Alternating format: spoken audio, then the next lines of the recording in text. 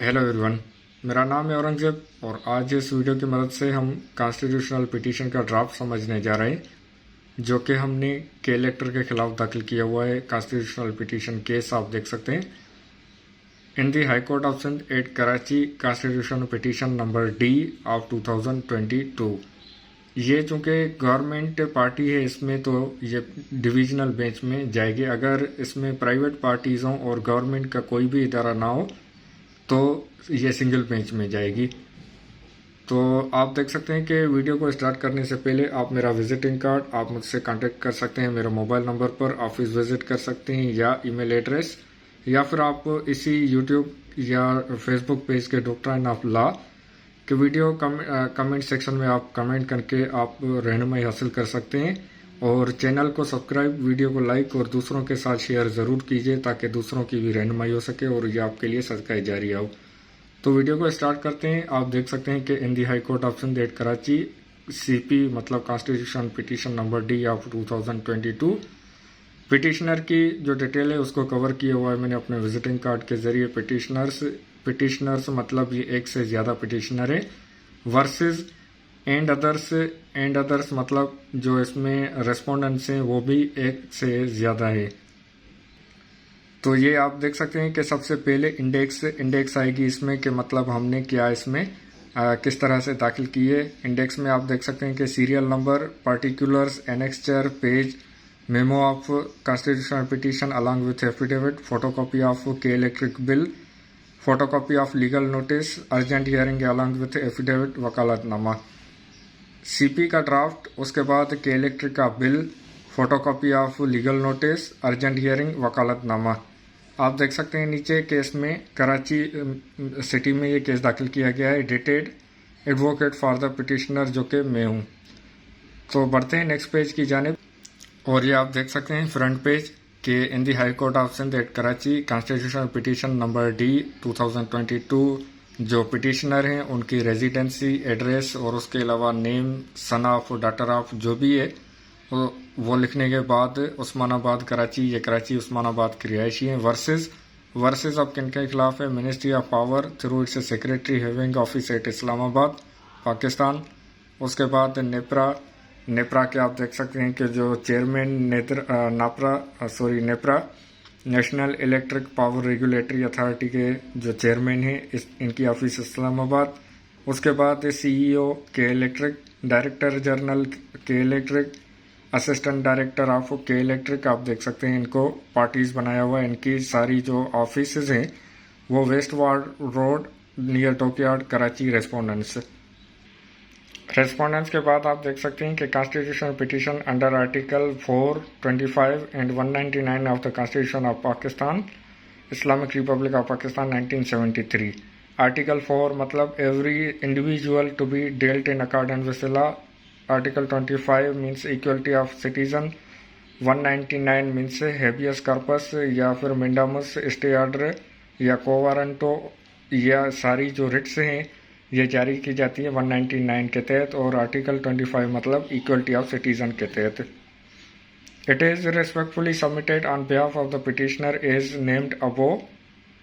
Named as under Para number 1 that the petitioners are peace-loving, law-abiding and respectful citizen of the Islamic Republic of Pakistan and having good reputation in locality as she reserved all the fundamental rights which comes under the Constitution of Pakistan. The petitioners are peace-loving, अमन पसंद हैं, कानून के पाबंद हैं और उसके अलावा उनके जो रेपुटेशन है लोकलिटी में वो तमाम बेहतरीन है और उनके जो हुकूक है वो फंडामेंटल चाहे लीगल या जो कॉन्स्टिट्यूशनल है वो कॉन्स्टिट्यूशन ऑफ पाकिस्तान के तहत सेफगार्ड है, उनका तहफ़्फ़ुज़ है। उसके बाद para number 2 that the above named petitioner never ever played any default and misconduct in payment of any utility bill K Electric, water, sewerage and Sui Southern Gas as she continuously pay their bills and taxes and the petitioner is star consumer as shown in the K Electric bill. अब ये एक lady का case है जो कि आप देख सकते हैं कि के इलेक्ट्रिक के खिलाफ दाखिल किया गया है, जिसमें जो पिटिशनर हैं वो स्टार कंज्यूमर हैं के इलेक्ट्रिक के। उसके बावजूद उनकी जो लोड शेडिंग, ओवर बिलिंग जो हो रही है उसके खिलाफ इन्होंने ये केस या फिर पिटीशन दाखिल की है मेरे ज़रिए। Photocopy of K Electric bill is attached herewith and marked as annexure A. K Electric के बिल की कॉपी यहाँ इसके साथ लगाई है। तो अगर आप भी केस दाखिल करना चाहते हैं या केस दाखिल करना पसंद करेंगे तो आपने बिल्कुल के इलेक्टर के बिल या अगर आप किसी भी इदारे के खिलाफ केस दाखिल कर रहे हैं तो आपने बिल की कॉपी या जो आपके पास लीगल डॉक्यूमेंट है वो तो आपने लाजमी लगाना है। अगर आप इसी चलते केस में पार्टी होना चाहते हैं और टाइम और मनी सेव करना चाहते हैं तो आप मुझसे कांटेक्ट करें और इसमें 110 आप फाइल करें और आपको पार्टी बना दिया जाएगा। Para number 3 that the above named petitioner respondents belong to the electric who are providing electricity to the areas of Karachi as the electricity is the part of life and has become basic necessity as well as all routine work of life depends upon electricity, but due to illegal load shedding different difficulties are created in the life of the area people and the above named petitioner। अब यहाँ देख सकते हैं कि load shedding की बात हो रही है कि लोड शेडिंग जो नाजायज़ गैर कानूनी के इलेक्ट्रिक की तरफ से लोड शेडिंग की जा रही है उसके खिलाफ ये पिटीशन दाखिल की जा रही है या फिर बताया जा रहा है ऑनरेबल कोर्ट को कि इनकी के इलेक्ट्रिक की लोड शेडिंग की वजह से इनकी ज़िंदगी बहुत ज़्यादा मुतासर हुई है और इसमें मसला मसाइल पैदा हो रहे हैं। Para 4 that the above named petitioner is paying bill regularly as well as the area people are also paying the bills of electric, but the department of above named respondents is continuously doing illegal load shedding which cause serious mental torture and agonies to the petitioner and other residential persons in the area। यहाँ आप देख सकते हैं कि यही बात की गई है कि पिटिशनर और जो दूसरे लोग हैं रिहायशी यही फ्लैट्स के एरिया के वो बाकायदा रेगुलरली बिल पे कर रहे हैं, लेकिन के इलेक्ट्रिक की जानबूझकर इनकी लोड शेडिंग कर रही है और इनकी वजह से इनको जहनी तकालीफ और जिस्मानी परेशानियों का सामना करना पड़ता है। Para number 5 that the above named petitioner is suffering from serious mental torture and agonies due to the illegal load shedding of the above named respondents department। She may many times approached to the respondents but no any fruitful result came out which cause serious stoppage of home based work as well as housework। जो petitioner हैं वो उन्होंने respondent मतलब कि electric को approach किया, उनके पास गई ताकि उनकी लोड शेडिंग ख़त्म की जाए, लेकिन उनको कोई भी फ़ायदेमंद रिज़ल्ट हासिल नहीं हुआ जिस वजह से वो ये पिटीशन दाखिल कर रही हैं। उसके बाद para number 6 that the schedule of illegal load shedding of the above named respondents department is as under। अब यहाँ पर उन्होंने लोड शेडिंग का शेड्यूल भी बताया है ऑनरेबल कोर्ट के लिए, और ये आप देख सकते हैं कि लोड शेडिंग का जो शेड्यूल है सुबह 5 से 7:30, 10 से 1 बजे, 3 से 3:30 से 6 बजे, उसके बाद 9:30 से 12 बजे तक आप देख सकते हैं। ये तो जुल्म हो गया। बहरहाल आगे बढ़ते हैं और आप देख सकते हैं कि पैरा नंबर 7 के that due to the illegal load shedding of the respondent the job persons are facing so many difficulties and hurdles as the light shortage is at night time। Furthermore, the different electricity things are getting destroyed, fridge, fan, lights, because there are so many voltage problems due to such the area peoples and petitioner are suffering from serious mental torture and agonies, hence this constitution petition। वही बात का जिक्र किया गया है कि illegal load shading की वजह से जो फ्रिज, सामान, पंखे, लाइट्स वगैरह वो जल जा रहे हैं और वोल्टेज का भी मसला हो रहा है, इस वजह से उनको जहनी तनाव को सामना करना पड़ रहा है। तो आप देख सकते हैं ये जो लोड शेडिंग का शेड्यूल दिया गया है इंशाल्लाह ये ख़त्म हो जाएगा इस कॉन्स्टिट्यूशन पिटीशन दाखिल करने के बाद, और बल्कि इसके पूरा हो जाने तक इंशाल्लाह इनका मसला हल हो जाएगा। तो बढ़ते हैं ये पैरा नंबर 8 आप देख सकते हैं that the petitioner and area people wants to reside in the above area peacefully, but illegal load shedding are spoiling their lives as they are mentally disturbed as well as physically disturbed too, but they need electricity for home based work। The children education are getting disturbed and other extra problems have been created in their lives। आप देख सकते हैं कि para number 8 में बिल्कुल इसी बात को ही बताया गया है कि लोड शेडिंग की वजह से इनकी जो ज़िंदगी है वो बहुत ज़्यादा परेशानी का सामना कर रहे हैं और इनके लिए तकालीफ बढ़ रही हैं दिन ब दिन। इनकी जो बच्चों की तालीम है वो भी ज़ाया हो रही है और इस तरह से इनकी ज़िंदगियां ख़राब हो रही हैं। पैरा नंबर 9 आप देख सकते हैं कि that after so many hectic efforts the petitioner also send legal notice to the respondents and told them about their illegal act of load shedding but instead of considering the said legal notice the respondents never showed any heed to reply the same। इस वजह से जो petitioner हैं उन्होंने मेरे जरिए इनको legal notice भेजा था जिसका रिप्लाई कलेक्टर की तरफ से बिल्कुल भी नहीं आया और इन्होंने कोई ध्यान नहीं दिया। Photocopy of the legal notice is attached herewith and marked as annexure B. आप देख सकते हैं कि जो लीगल नोटिस है उसकी कॉपी यहाँ पर मैंने लगाई हुई है, तो अगर आपके पास भी इस तरह से कोई लीगल या कोई भी डॉक्यूमेंट हो तो आपने उसकी कॉपी इसके साथ लगानी है लाजमी। पैरा नंबर 10 आप देख सकते हैं कि that there is no efficacious and speedy remedy available to the petitioner except to invoke the jurisdiction of this honourable court by filing this petition. के पिटिशनर के पास जो लेडी हैं उनके पास और कोई हल नहीं सवाए ये केस दाखिल करने के, पिटिशन दाखिल करने के इस ऑनरेबल कोर्ट के पास। Para number 11 that the respondents violated the principle of natural justice which is against the law and natural justice the Constitution of Pakistan gives the guarantee to its citizen of Pakistan safety of life and protection। के जो principles हैं natural justice के, इंसाफ के बरखिलाफ और ये कानून के खिलाफ है कि जो हुकूक हैं जैसे कि ज़िंदगी का तहफ़्फ़ुज़, प्रोटेक्शन ऑफ लाइफ्स, तो ये इनके बुनियादी हकूक़ हैं जिनको नज़रअंदाज किया जा रहा है रेस्पोंडेंट्स की तरफ से। Para number 12 that the fundamental right of the petitioner is granted to him by the Constitution of Islamic Republic of Pakistan 1973 has been violated infringed by the respondents। जो इनके फंडामेंटल राइट्स हैं, हकूक़ हैं, वो जो constitution की तरफ से इनको फराम किए गए हैं उनका खिलाफ वर्जी और उनकी जब्तगी हो रही है रेस्पोंडेंट्स की तरफ से। Para number 13 that if the honorable court will not take into consideration acts then the petitioner shall suffer irreparable losses and seriously be prejudiced। कि अगर ऑनरेबल कोर्ट की तरफ से इनके खिलाफ कोई कदम नहीं किया गया, डायरेक्शन नहीं दी गई और ये अनचेक चले गए तो जो पिटिशनर हैं उनको बहुत ज़्यादा नुकसान हो जाएगा। Para number 14 that the petitioner craves leaves to urge other grounds at the time of hearing of this petition। मज़ीद ग्राउंड्स पिटिशनर की हेयरिंग के दौरान पेश किए जाएंगे। अब आते हैं मेन जो हमारी अहमियत का हामिल होता है वो होता है प्रेयर क्लॉज। अब प्रेयर क्लॉज में इस तरह हम करते हैं जो हमारे पिटिशन दाखिल करने का जो मकसद होता है, तो इसलिए हमने सबसे पहले प्रेयर को समझना चाहिए कि ये है क्या। प्रेयर एक इस्तदा होती है जो हम ऑनरेबल कोर्ट से करते हैं कि हमें जो परेशानी, तकालीफ या जो हमारी मसला है उसको हल किया जाए।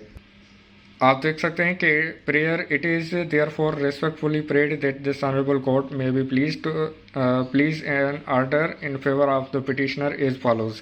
पिटिशनर के हक में आर्डर किया जाए। आप देख सकते हैं कि prayer clause A to direct the respondents to immediate stop shortage of illegal load shedding and provide electricity without break is provided given to other areas of cities।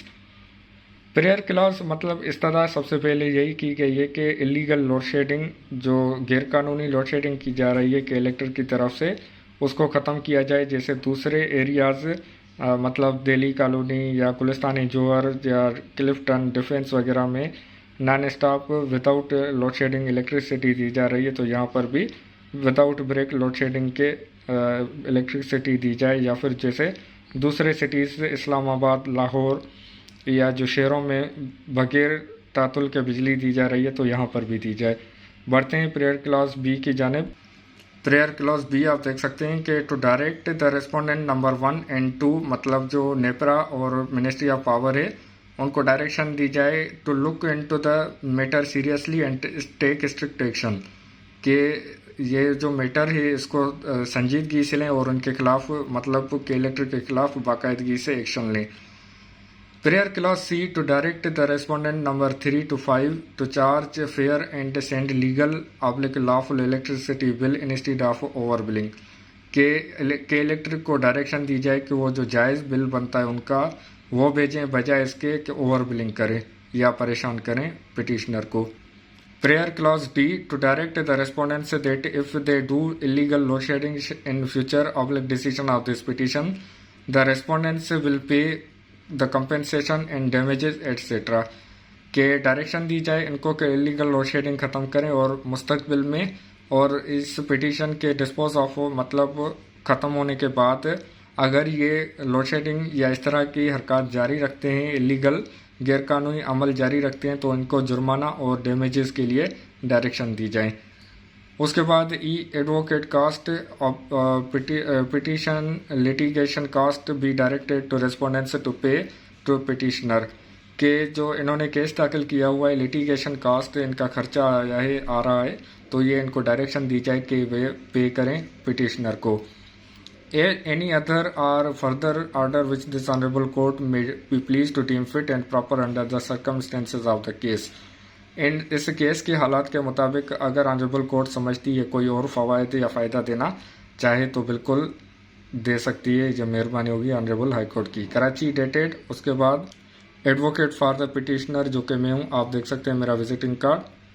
आप भी इसमें पार्टी हो सकते हैं और इस तरह से ही इनके खिलाफ केस दाखिल कर सकते हैं, या फिर इसी केस में आप पार्टी बन सकते हैं और अपना मौक़िफ़ बयान कर सकते हैं ऑनरेबल कोर्ट के ज़रिए और अपने मसले का हल निकालें, क्योंकि ये किसी एक का मसला नहीं, सबका मसला है ओवर बिलिंग का, लोड शेडिंग का। तो बढ़ते हैं आगे।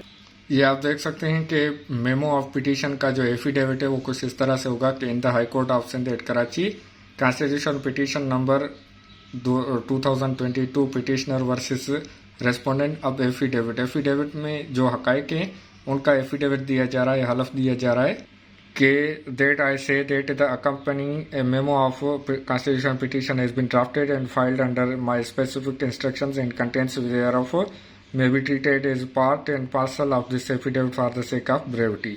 मतलब ये जो कॉन्स्टिट्यूशन पिटीशन बनाई गई है ये बिल्कुल सही है और जो पिटिशनर है उनके कहने के मुताबिक ही बनाई गई है। पैरा नंबर 3 भी आप देख सकते हैं कि ये जो मेमो ऑफ पिटीशन है इसको अलाउ किया जाए वरना इनको नुकसान हो जाएगा। Para number 4 that whatever stated above is true and correct to the best of knowledge and belief। ये जो ऊपर बयान किया गया है ये बिल्कुल सही और बिल्कुल दुरुस्त है, जो इल्म और हक़ाइक़ के मुताबिक या मुतालिक आप देख सकते हैं ये बिल्कुल सही है। अब ये था पिटीशन का जो मेमो पिटीशन है उसका एफिडेविट। अब आगे बढ़ते हैं और ये आप देख सकते हैं कि स्टे ऑर्डर की एप्लीकेशन ऑर्डर 39 रूल 1 ये अर्जेंट एप्लीकेशन का फॉर्मेटेड ड्राफ्ट आप देख सकते हैं कि in the high court of Sindh at Karachi application under order 9 chapter 3A rule 5 of the high court rules के मुताबिक ये अर्जेंट एप्लीकेशन है जो आप देख सकते हैं। इसका ड्राफ्ट मैंने आपके साथ शेयर किया हुआ है, ये आपने एज इट इज़ बनाना है, अपनी कॉन्स्टिट्यूशन के पिटीशन के साथ इसी तरह से ही लगाना है। आप चाहे किसी भी शहर से CP दाखिल करना चाहते हो तो इसका ड्राफ्ट आपने बिल्कुल इस तरह से ही बनाना है। तो ये था मुकम्मल ड्राफ्ट जो मैंने आपके साथ शेयर किया। अगर आपको इसी तरह की मज़ीद रहनुमाई चाहिए तो आप मुझसे रब्ता कर सकते हैं। मेरा मोबाइल नंबर, ऑफिस विज़िट कर सकते हैं कराची या पूरे पाकिस्तान से आप किसी भी शहर से मुझसे कांटेक्ट कर सकते हैं और मैं आपको कानूनी रहनुमाई फराहम करने के लिए बिल्कुल ही हाज़िर हूँ। आपने परेशान नहीं होना है। आपका अगर जो भी कानूनी मसलों मसाइल हैं आपने उनका हल निकालने के लिए मुझसे कांटेक्ट कर सकते हैं। आप मेरी ऑफिस विज़िट कर सकते हैं स्पेशली यहाँ कराची, या फिर उसके अलावा आप मुझसे व्हाट्सएप पर भी कांटेक्ट कर सकते हैं या इसी वीडियो के कमेंट सेक्शन में आप मुझसे कांटेक्ट कर सकते हैं। चैनल को सब्सक्राइब, वीडियो को लाइक और दूसरों के साथ शेयर ज़रूर करें ताकि दूसरों की रहनुमाई और आपके लिए सदका जारिया हो सके। कानून पर खुद भी अमल करें, दूसरों को भी अमल करने की ताकीद करें। और हमारे यहाँ कहा जाता है, अक्सर सुनने में आता है कि हम हॉस्पिटल या फिर कोर्ट नहीं जाते, मजबूरी में जाते हैं। तो हॉस्पिटल में तो अल्लाह ना करे कोई जाए, लेकिन कोर्ट में आना या फिर जाना अपने कानूनी मसाइल के हल के लिए कोई भी गलत बात नहीं है। आपको कानून की मदद से इंसाफ फराहम किया जाता है। कानून हमारे हक़ के लिए बनाए गए हैं और आप कोर्ट में आएंगे तो ये बिल्कुल भी गलत बात नहीं है। हमारे यहाँ अक्सर सोचा जाता है कि हम कोर्ट पहली मरतबा आएँ या फिर कोर्ट नहीं आना चाहते थे। तो बहरहाल कॉन्स्टिट्यूशन ने आपको हुकूक दिए हुए हैं, जो आपके फंडामेंटल राइट्स हैं वो आप हासिल कर सकते हैं अपने कानून को अमल में लाते हुए। तो इस तरह की मज़ीद वीडियोस के लिए चैनल को फॉलो करते रहें और अपना और अपने प्यारों का बहुत सारा ख्याल रखें। मिलते हैं अगली वीडियो में, तब तक अपना ख्याल रखिएगा। पाकिस्तान जिंदाबाद।